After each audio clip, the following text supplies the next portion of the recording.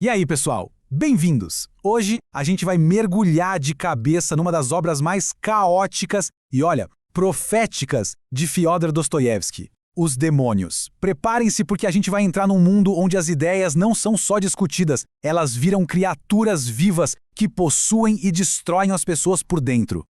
A gente já começa com essa citação do Stepan Trofimovich, que é o idealista da velha guarda. E, cara, isso aqui já resume o livro inteiro, né? É sobre a tragédia de como ideais nobres, quando caem nas mãos erradas, viram uma arma. A filosofia vira fanatismo e, no fim, vira violência. E para a gente não se perder nesse turbilhão todo, eu estruturei nossa análise em 5 atos. A gente vai ver como a ansiedade de uma geração abre caminho para a chegada dos demônios, como isso vira um caos social e, por fim, a destruição total. Então, vamos lá. O nosso palco é uma cidadezinha de província na Rússia do século XIX. Imagina um lugar onde nada acontece, o ar é pesado, parado. Mas por baixo dos panos, a Rússia está fervendo. As velhas certezas do Império estão caindo e um monte de ideias novas e radicais que vêm do Ocidente, niilismo, socialismo, ateísmo, estão borbulhando, principalmente na cabeça dos mais jovens. E no epicentro dessa calmaria toda está o Stepan. Ele é um liberal, um romântico que passa a vida falando sobre o belo e o sublime, mas as ideias dele nunca saíram do papel, nunca tocaram na realidade. Ele representa uma elite intelectual que, sem querer, abriu a porta para essas ideias novas, sem ter a menor noção de que a próxima geração ia levar tudo isso a conclusões, bem, monstruosas. E é nesse vácuo de propósito, nesse tédio, que duas figuras chegam para botar fogo no parquinho. Eles não trazem ideias novas. Pelo contrário, eles vêm para pegar as ideias que já estão ali e levar até as últimas e mais aterrorizantes consequências.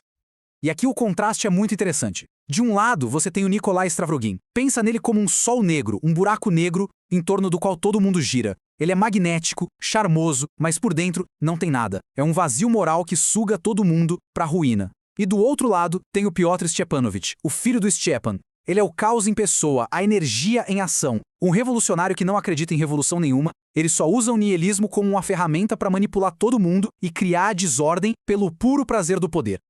Com essa dupla em cena, as ideias começam a se espalhar que nem uma febre. E o Dostoiévski mostra pra gente como essas filosofias radicais, quando são levadas ao extremo, deixam de ser só papo e se tornam forças que literalmente decidem quem vive e quem morre. Esse conflito filosófico aparece em dois discípulos do Stavrogin, o Kirillov e o Shatov. Cada um deles foi completamente possuído por uma ideia que os consome. Eles representam dois caminhos totalmente opostos para tentar salvar a humanidade num mundo que parece ter perdido a fé. Primeiro, vamos tentar entender a lógica do Kirillov, a ideia do homem-deus. A motivação dele é a angústia de viver no universo sem Deus. Ele pensa, se Deus não existe, então a vontade do homem é suprema. E para provar isso, ele precisa vencer o último obstáculo, o medo da morte. Então, o suicídio dele não é desespero, é um ato filosófico, é a prova final de que a vontade humana é a única divindade que realmente existe. E na oposição direta a isso, a gente tem o Shatov. Ele olha para o mesmo vazio do ateísmo e busca salvação no caminho contrário. Não no indivíduo, mas no coletivo, no povo. Para ele, uma nação só encontra sua alma através de uma fé única e fervorosa. A ideia dele, de Deus-homem, é que o povo russo tem uma missão sagrada de mostrar para o mundo um novo Cristo, de unir toda a nação através da fé. São ideias que fazem a gente parar para pensar, né? Onde está a salvação? Na vontade individual absoluta ou na fé coletiva de uma nação? É nesse ponto de tensão que eu queria fazer um convite. Se você está gostando dessa análise, curta o vídeo e siga o PneumaBR. Ative as notificações para não perder os próximos conteúdos e, mais importante, deixe um comentário aí. Qual dessas duas visões parece mais perigosa para você? Vamos em frente, então, para ver no que isso vai dar. Porque, claro, essas obsessões filosóficas individuais não ficam só na cabeça das pessoas. Elas acabam vazando, transbordando e envenenando a sociedade inteira, transformando a cidade num pequeno inferno.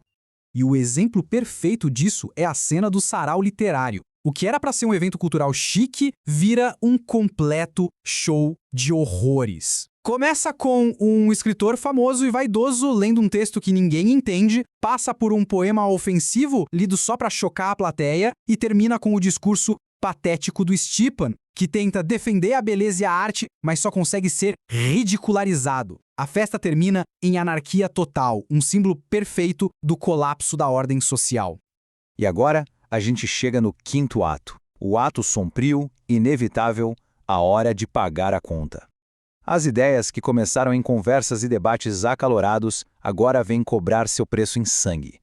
E aqui a gente vê a mente do Piotr Stepanovich em sua forma mais pura e cínica. Para ele, o assassinato não tem nada a ver com ideologia, é só uma ferramenta de controle. Ao forçar o grupo a matar um dos seus, ele não os une por uma causa, mas sim pela culpa e pelo medo. É assim que ele garante a lealdade absoluta de todos. E aqui está o resultado final. Chatov, o que acreditava na fé, é assassinado pelos próprios camaradas. Kirillov cumpre o seu destino filosófico e tira a própria vida.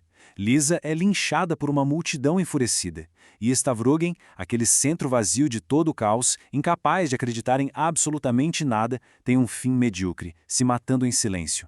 No final, as ideias mataram todos os seus portadores. No fim, até o Stepan, o ponto de partida de tudo isso, é obrigado a encarar a realidade. Ele foge da cidade, do caos que ele mesmo ajudou a criar, e pela primeira vez em 20 anos, ele pisa na estrada real, no mundo de verdade. Mas já é tarde demais. Ele só encontra essa clareza na hora da morte, percebendo o abismo gigantesco que existia entre suas palavras bonitas e a realidade terrível que elas ajudaram a produzir. O saldo final dessa possessão demoníaca é a aniquilação. Não tem vitória, não tem utopia, não tem um mundo melhor. O fogo revolucionário do Piotr se apaga e o que sobra é só destruição, morte sem sentido e uma comunidade quebrada, assombrada pelos fantasmas daquelas grandes ideias. E no fim, Dostoiévski nos deixa com essa pergunta que incomoda até hoje. O livro foi profético, né? Ele alertou sobre como a política pode virar um palco para cínicos que manipulam a fé dos outros, um padrão que infelizmente a gente viu se repetir tantas vezes na história. Então, quem são os demônios de verdade? As pessoas, como Piotr, ou são as próprias ideias de liberdade e razão que, quando são separadas do amor, da humildade, acabam possuindo a gente?